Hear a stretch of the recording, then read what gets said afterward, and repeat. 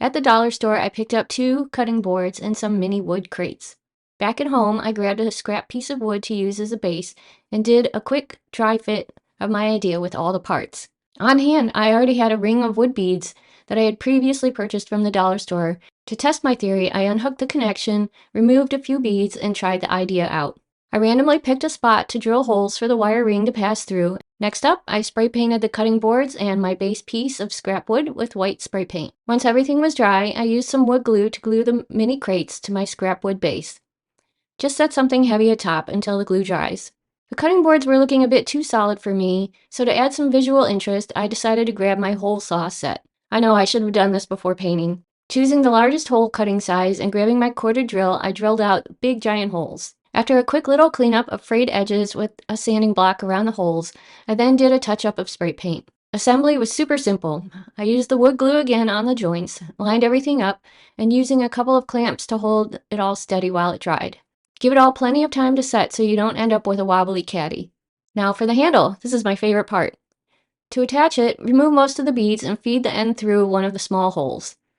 Thread most of the beads back onto the wire, feed the wire through the other hole. Add the remaining beads, then twist together to secure it underneath. It makes carrying your caddy around super easy, and honestly, it just looks cool. For a little extra function and some personality, I glued on a few dollar store mini clothespins with a strong adhesive. You can use these to hold recipes, reminder notes, coupons, even those little snack bags that always get lost in the shuffle. If you're using this in your craft space, clip up small patterns, color swatches, or ribbons.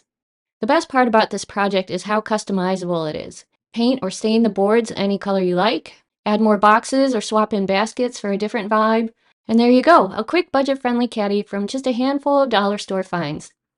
Head to Dollar Tree and pick up 2 bamboo cutting boards, 4 mason jars, and some rope. Take hot glue and attach the long edges of the cutting board together.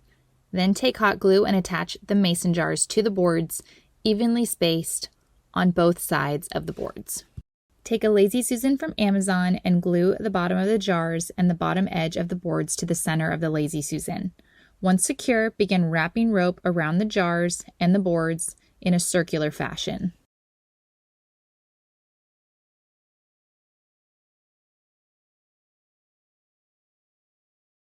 There you have it, a cheap way to create your own DIY kitchen organization on a budget. To start this project, you're going to need some dollar store cutting boards. For this project, you're going to be using a red cutting board. Print out a recipe of your choice and cut it. Next, take the recipe outside and spray it with a clear coat. Once that dries completely, you can hot glue it onto the red cutting board. I added some embellishments to the top portion of my cutting board. I started with a wood adhesive plaque. I added some silver ribbon that I cut and tied on, and then I tied on some jingle bells to the bottoms. Now I have an heirloom recipe gift to give out for the holidays. For this project, you're going to need 2 white cutting boards and 3 wooden cutting boards. Place E6000 or an adhesive of your choice on the sides of the wooden cutting board. Next, place your white cutting boards vertically on either side so that it touches the glue. Next, add E6000 glue to 3 sides of the other 2 wooden cutting boards. Place these 2 cutting boards on the sides to create a box, and then place a dowel through the handles and let that become solid. Your box is ready. For this project, you're going to take a white cutting board and you're going to paint Folk Art Home Decor wood tint in the color walnut or oak over the top of the cutting board.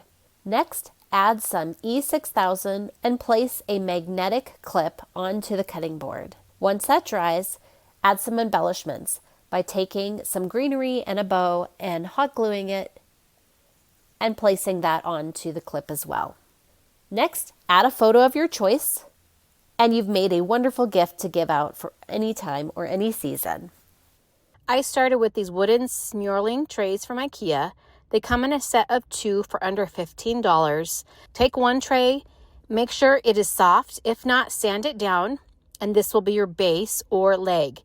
Next, you're going to cut 1 in half. I used a saw, but you can easily snap this in half if you'd like. Add a generous beading of strong wood glue or all-purpose construction adhesive along the edge. Now press the tray flat across the top, hold it for a few seconds to set the bond, and make sure it's centered and level. And that's it. Slide it under your sofa or chair and enjoy a new minimal side table. It's perfect for coffee, remotes, books, even a little plant for decor. The natural wood finish adds a cozy touch to your living space, and it tucks away easily when you're not using it. I asked my wife to stop by the store the other day and grab some round magnets. I've got some great hacks to show you. First, do you ever tap on a wall trying to find the stud in order to hang a picture with a nail or a screw? I got a better way. Take a magnet and go on the wall, and you're going to find the stud because you're going to find the nail or the screw that holds the drywall in place. Perfect spot to drive that nail to hang a picture. Next, I'm going to go to my metal waste basket and I'm going to upcycle some of those plastic bags I get from the store. By using the magnets, it's going to hold the liner in place anytime I need to use it. Also, I'm going to take a wood dowel and I'm going to super glue a magnet to the end of it. This is going to be perfect. In case I drop anything inside the garbage disposal, between the car seats or anything that's precious. I want to make sure I can get it out and not stick my hand in there. The next step also is one of my favorites. I'm going to go out to my shop and grab one of my framing hammers. I'm going to use a Forstner bit and it's going to give me a nice smooth round hole. Once I get that drilled out, I'm going to put some super glue in and stick that magnet in there. I'm going to put some tape over it so it holds it for about 30 minutes. Once that gets all dry, I'm going to peel the tape off and it's going to be nice and flush to the bottom of my hammer. And then it's perfect for holding my nails in place. It holds it super strong and I don't have to worry about carrying it around in my mouth. The next one, I'm going to take a bamboo cutting board from the Dollar Tree. I'm going to mark 4 spots, one for each corner and another spot right in the middle. Grabbing that Forstner bit, I'm going to drill some holes in the bamboo cutting board, but not all the way through. I want to stop before it goes through the other side. Once the drilling is done, then I will take some super glue again. I'm going to put it in each one of the holes. Once it's in there, I'm going to take a magnet and I'm going to put it in each one of those. Now, I don't need to use tape to hold it because I can just keep it upside down. The glue is going to take about 30 minutes. Once it gets all dry, the next step is I'm going to cut a ribbon and tie a bow, and I'm going to super glue that to each corner on the same side that I have the magnets. Once that dries and it's holding up really nice, I'm going to go ahead and hang this on the wall. Watch this. Once it's hung, then it's going to be what I call a nice magical floating shelf. It's going to hold all the tools. I'm putting this one in the bathroom. You can actually put your car keys on it, and it looks pretty cool. It's like this little magical shelf that holds things up. The next one is one of my favorites. I'm going to take another bamboo cutting board, but this time I'm only going to drill the holes in the 4 corners. Put the magnets in there and let them dry. Once that's done, then I'm going to drill a hole on each side, and these are what I call my pilot holes. And I'm going to put this on the underside of my cabinets.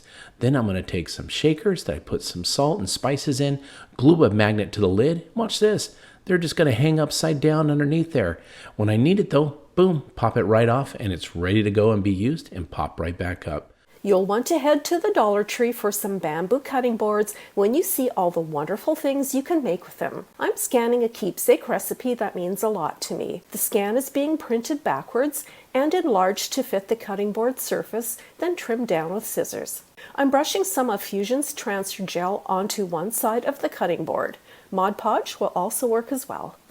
Once well coated, the printed side of the recipe is being positioned on top of the gel, then gently pressed to squeeze out the excess. This will need to dry overnight. The next day, I'm saturating a cloth with water, then soaking the paper until I'm able to rub it off gently with my finger. You'll also want to remove any excess gel in other areas of the board. At first, a white haze appears through the graphics, however, that disappears once the board dries. Next up, I'm painting some wooden door pulls with Fusion's black. To prop them for easier painting and drying, I'm pushing a screwdriver through an egg carton flat, then positioning the knobs with the screws into the holes. I'm holding the screws from underneath while I paint the knobs, allowing them to dry on the spot. I'm now flipping the recipe board good side facing down, then hot gluing the 4 pulls onto the bottom of the cutting board to act as feet. Before the reveal, here's one other quick idea to accompany the recipe board. I'm positioning some stencil lettering reading "Serve Daily" over top of the short edge of another cutting board, with "Daily" at the bottom and "Served" right above it, stenciling in Fusion's Coal Black. I'm now the proud owner of the cutest table riser and beverage coaster, perfect for my afternoon coffee. These boards help protect table surfaces from heat and moisture, as well as looking mighty cute. I love how the recipe transferred with a slightly rustic vintage vibe, which fit my cream and sugar perfectly. I also love how this little recipe covered board is sized so perfectly for the oil and pepper grinder right beside the stove. It's cute, functional, and doesn't take up too much space while elevating my essentials. Next up, I'm reaching for a Dollar Tree black wire basket that measures to the size of the cutting board. I'm positioning the board over the basket opening, then penciling 2 dots where I want to drill holes. Selecting a drill bit that measures slightly larger than a black zip tie, I'm drilling 2 holes so the zip ties can slip through. Before I attach the basket to the board, I'm stenciling a mini cross pattern onto the board in black. Ensuring my stencil brush feels dry to the touch, I'm tapping the paint through the stencil, leaving a pattern that marries the black wire basket for added interest. I'm now zip tying the board to the basket, leaving me with the cutest covered basket that can store anything you wish. I'm using the covered basket as an office companion, holding smaller office supplies. Plus, I can even use the top to hold my sticky notes, making them extra handy. You could even make several lidded baskets to stack. And here's one more. I'm choosing a piece of 2x6 that is being cut down to size with a miter saw so it fits underneath a cutting board. After the rough edges get a light sanding to remove any sharp edges, I'm hot gluing the 2x6 underneath the cutting board. I'm further protecting the boards with Fusion's white stain and finishing oil since I'm going to use this in a wet location. I'm wiping the stain on, then off again using a rag, which will leave a water-resistant surface. And I'm now loading up my brand new soap dispenser riser right beside my kitchen sink to designate this area for my cleaning supplies. I love how the riser makes cleaning look intentional rather than like extra clutter, offering a sophisticated vibe to my kitchen. Grab a cutting board to make this seasonal decorative piece. I'm using my Cricut to create a stencil. Now that I've cut the stencil out, I need to weed out all the places. And now I want to put this stencil onto the cutting board. The easiest way to do that is with a piece of transfer tape. I am going to show you how to burn wood without using a laser engraver. We are using something called scorch paste. This is a chemical compound that we're going to put on the stencil, and when we heat it up, it burns the wood. Now that I have everything covered, I'm going to let this dry for about 10 minutes. Once it's dry and set, we can see the wood has turned darker. In order to burn the scorch paste onto the wood, you need a heat gun. A craft heat gun does not get hot enough. You want something that's about 1,000 watts or more. I'm going to keep moving this gun back and forth so I don't overburn any one spot. And you'll see right away that it starts to turn black and charred. After it has cooled down, I can take a dry paper towel and just gently brush off any of the extra charring that's on there. There's usually not a lot, but if there is, you can just wipe it off. Now I want to add a little bit of something extra to this, so I'm putting on a piece of painter's tape and I'm going to paint the bottom white. Once that's dry, I am going to add this pretty napkin. I am painting Mod Podge over the white paint and then placing the napkin on top of that and just gently rubbing out any wrinkles. Now I can just tear off the extra pieces of napkin. You can use a craft knife or a scissors to cut this off, or you can use a lighter and just light the edges and it's going to burn all the way around without getting to your cutting board. After this is dry, I am going to add one more coat of Mod Podge to seal in that napkin. And then to seal the cutting board, we're going to use some cutting board oil. With the decoupage on here, this is really a decorative piece. It's not meant to be used for cutting, but adding this cutting board oil is going to give it a really rich, deep finish. So that is a custom wood-burned cutting board. We did it with scorch paste. You can do this at home. Just grab a cutting board and those few simple supplies to make your own. Are you looking for some fun and functional ways to spruce up your kitchen? Look no further than these 2 very simple and affordable DIYs to help with kitchen organization. First, I applied a line of hot glue to the bottom edge of the first cutting board. With the baseboard flipped upside down, I carefully pressed the glued edge onto the base until it was properly secured. I repeated this step with the other cutting board to create the other side of the kitchen caddy. Next, I applied glue to the cutting board edges and attached the right side securely. Then, I repeated this with the other side to complete the main structure. For the last step, it was time to create the handle for easy carrying. Slide your dowel into the holes of the cutting boards to determine how long you need the dowel to be. I marked the cut point and began to saw the dowel carefully using a small handsaw. There you have it, your beautiful, cute, and organizational kitchen caddy. Don't you love a functional product? The second DIY for your kitchen is super simple but extremely functional. To create my ledge, I measured the width of the inside edge of the photo frame and marked it along the wooden piece. Using an X-Acto knife, I carefully creased the wood until it was easy to snap. Using your hot glue gun, carefully apply a line along the edge of the wood piece. Adhere your wood to the inside base of the photo frame to create a ledge. Next, flip your photo frame to the other side and use the leftover scrap wood to create the stand portion of the project, and carefully secure the piece to the back side of the frame in the center. There you have it, a perfectly made cookbook stand for way less. Go ahead and grab some bamboo cutting boards from the Dollar Tree. All you need is 2 of them. Take one of them and cut it right down the middle. And then we're going to grab some Jenga pieces. Got those from Dollar Tree also.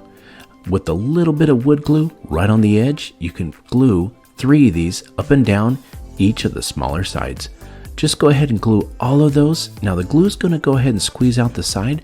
Don't worry about that. You can wipe it up later. Now take a little stick and put it across the 3 on one side and use a clamp to hold it down. Pressure is what makes glue work the best. Once you got it glued up, take those cut pieces of bamboo and put it right down the side. But we're going to glue it first, right along the edge and also along the Jenga piece. Once you put it on there, we just got to clamp it on both sides. Hold it on there for at least a couple of hours. Again, clean up any glue that squeezes out. Once that gets all dried up, it's going to be super strong. And it looks like a little mini table. It will fit right over the arm of your couch, and it works great as a side table. You can use it for your remotes or that fresh cup of hot cocoa, and it sits perfect and level. For this project, I'm going to start with 3 cutting boards that are average size and width that I picked up at my local dollar store. The first thing I want to do for my project is paint my boards.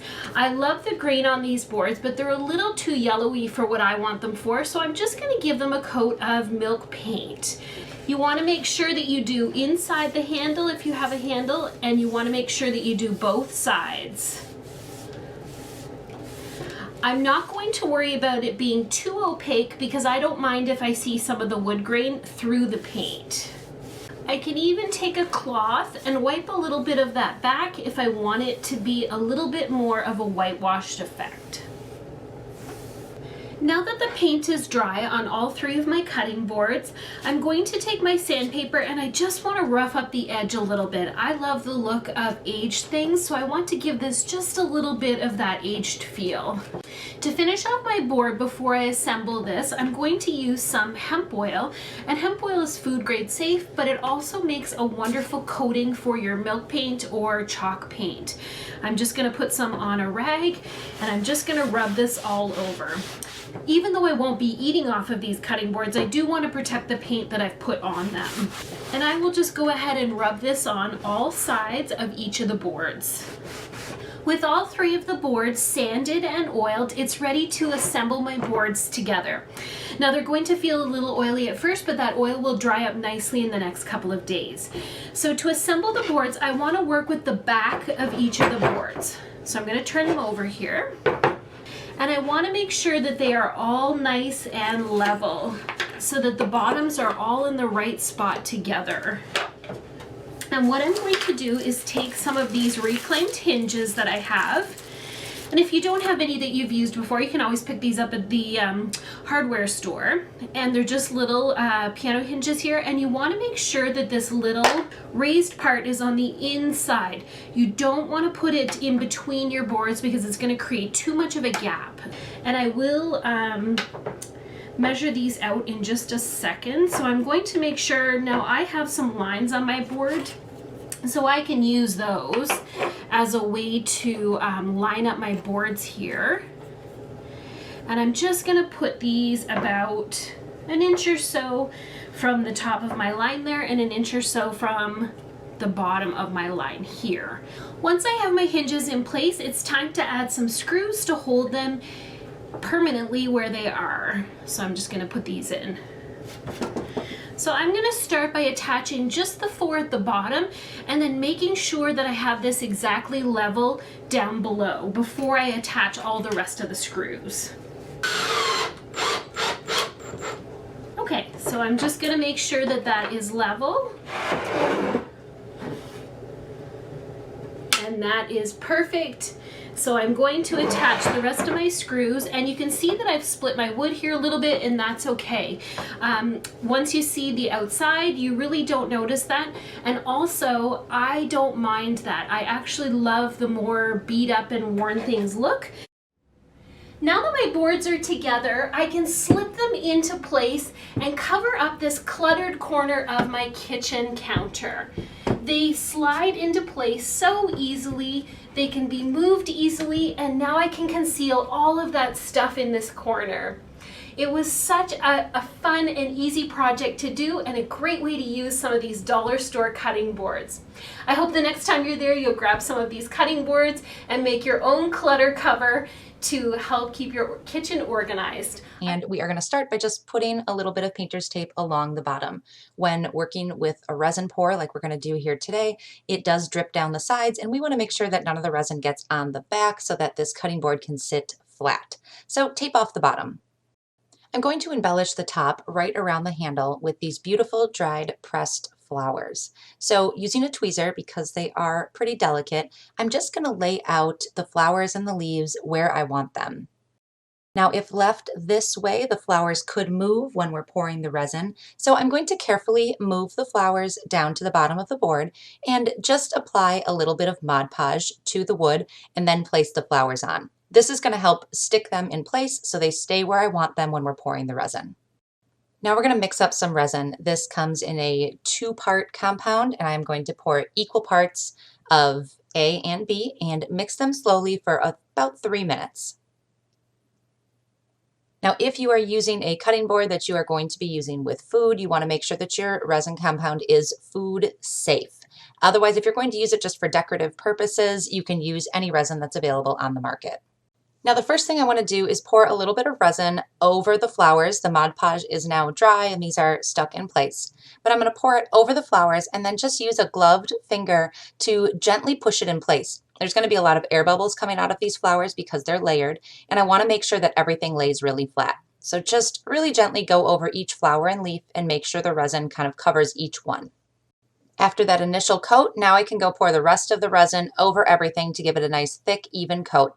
I'm going to tilt it and make sure that it comes over all of the flowers, and then I'm going to use my gloved hand again to make sure that there's a smooth layer of resin on the edges of the cutting board as well. Once everything is covered, I'm just going to come at this with a heat gun to pop any bubbles, and then I'm going to let this sit for about an hour. I'm going to use the same technique with a set of wooden spoons. I only want the resin and flowers on one side, so I'm going to apply tape to the back side so that the resin doesn't drip down there. Then I'm going to add some flowers and leaves with Mod Podge to the front side of each utensil. Once the Mod Podge has dried, I'm going to take a little resin and just pour it over the handle of the utensil. It's helpful to have that handle up a little bit, so I've got mine on a plastic cup, and I've protected my surface underneath because you're going to get a lot of drips with this too. But just using that same process of pushing the resin into the flowers so there's not a lot of air bubbles.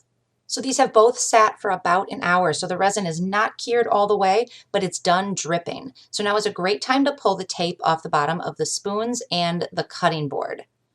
This way we have a nice flat surface on the back, and I can let this sit and let the resin cure fully on both pieces. After 24 hours, this cutting board and utensil set is done. It makes a beautiful gift. You can wrap this up and give this for a housewarming gift, maybe a wedding, or just a birthday gift for somebody who loves to work in the kitchen. Are you tired of those overcrowded cabinets? What has all your herbs and spices up there just hard to get to? I've got a solution for you. Grab you 2 cake pans from Dollar Tree. and a bag of marbles, and let's throw some colored ones in. Take one of those other cake pans, put it on top, and look at it spin. It's perfect for organizing all of your seasons and spices, salts and peppers. Easy to get to, and it fits right inside your cabinet with ease. How about underneath the kitchen sink? There is nothing worse than trying to get a bag to reline the trash can. What a mess. A solution for that is to grab a curtain rod. Take that curtain rod and all its parts, and you're just going to lay it out. Grab the garbage bag, pull it out, and that's how you're going to size the curtain rod. Go ahead and give it a little extra space, mark it, and what we can do is cut it right there at the mark. Once you snap it off, put the ends back on to keep it safe. Put a little bit of a buffer, but make sure you put the brackets on, and look at that. It goes right on your cabinet door, saves up space, and easy to get to. Are you looking for a cool, simple design for those knives to hang on? I've got a simple trick for you. Take a strip of oak and some magnets, and we're going to use what's called a Forstner bit. This is just barely bigger than the magnets themselves, and you're going to drill out the wood. You want to make sure it's deep enough for the magnets to sit in, but no deeper than that, because this is a small strip of oak. You're going to do it for 3 different magnets. You can make this the size you want, and when you got them in place, take some of that wood glue and place it all over the oak, because we're going to glue a second strip. Oh, and you know what? Put some glue on the magnets too. Take that second strip of oak and put it right there, right on top. Use some clamps to hold it down. Once that glue gets set up, you're going to have a nice strong piece of oak board. I use 3 clamps on this one just to hold it together. We're going to let that dry for a little bit, and once it's together and you put it on the wall, look at that. It's like an invisible magic knife holder. The magnets hold it up, and it looks great right there on your kitchen. Are you a little unnerd when it comes time for snack time, and you're always trying to go through the bin trying to find a solution? Well, I've got one for you. Take a shoe hanger, and we're going to put it on the back of a pantry door or a cabinet. All you need is some simple hooks, mark your spots, and drill those in all the way tight against your door. You can then take the shoe holder and put it up on the door, and it holds your snacks easy to get to. Now, let's not forget about those knives. Regular knife blocks can dull the edge of your knife when it scrapes against the wood. By taking some scrap wood, I used some cedar on this project, and glue, I made myself a little box. This box is great because all I needed was some glue and a few brad nails to hold it together until the glue set up. Once I get my box the perfect size, I got to put the bottom on. Again, we're going to take some of that glue, spread it all the way around, cut you a bottom piece that's going to fit just right, and lay it on top. A few simple nails will hold it in place, again, till the glue dries in a couple hours. And look at that. There we go. But I need to make some legs for it, and I'm going to sand it down. Get it nice and smooth. You can stain it if you want. And then when I get finished with it, and it's all nice and smooth, ready to go, we're going to set that in our kitchen. And it's going to be just a great decoration piece. We're not done yet though. All we got to do is grab some skewers from the Dollar Tree, cut them to size and put them in. I know it seems a little weird putting the pokey ends in first, but watch this. Fill this up, it only costs a few bucks, and watch this. Once you get it full to the top, get it all nice and even shaken out, put it in place, and set your knives in. It holds it just perfect. And it won't dull the edge of your knives because it's not scraping against wood. Isn't that just a beautiful little homemade project for your kitchen? There are so many cool designs for paper straws now, and when I saw these, I knew just what I wanted to use them for. I want to start by painting the cutting board with this gorgeous shade of moss green paint. To give the board a little charm and age, I'm not going to cover the entire thing. Now that the board is ready, I can start adding these cool paper straws I found the other day. I want to use enough straws to cover most of the bottom half of the board, but I don't want them going right to the edges. The straws are really easy to cut, so I'm going to cut the ends off, leaving each one a different length. Now that I have them arranged how I like, it's time to attach them to the board. I'm going to start by attaching the outer 2 straws with some hot glue. I can use one of the straws I didn't cut as a guide to make sure they're all lined up at the bottom. With everything arranged, I can now move several straws at a time and put down a line of hot glue. I don't need much to hold them in place. The straws won't move now that they're all glued down, but I'd still like to attach some pretty cotton ribbon around them. I'm going to add just a little hot glue under the ribbon on the back just to keep them in place. I also want to attach a little piece of the ribbon through the hole at the top of the cutting board. With the board and straws ready, it's time to pop in some flower stems. These reminded me of Lily of the Valley, and I absolutely love that, so the colors go perfectly with the board. I'll finish putting the flower stems in, and then I'll show you what it looks like. I love how pretty this piece turned out, and I still can't believe that it's made from just a cutting board and some paper straws. I hope this has inspired you to grab some at the dollar store next time you're there as well. Thank you so much for watching this episode of Home Talk. I'll see you next time.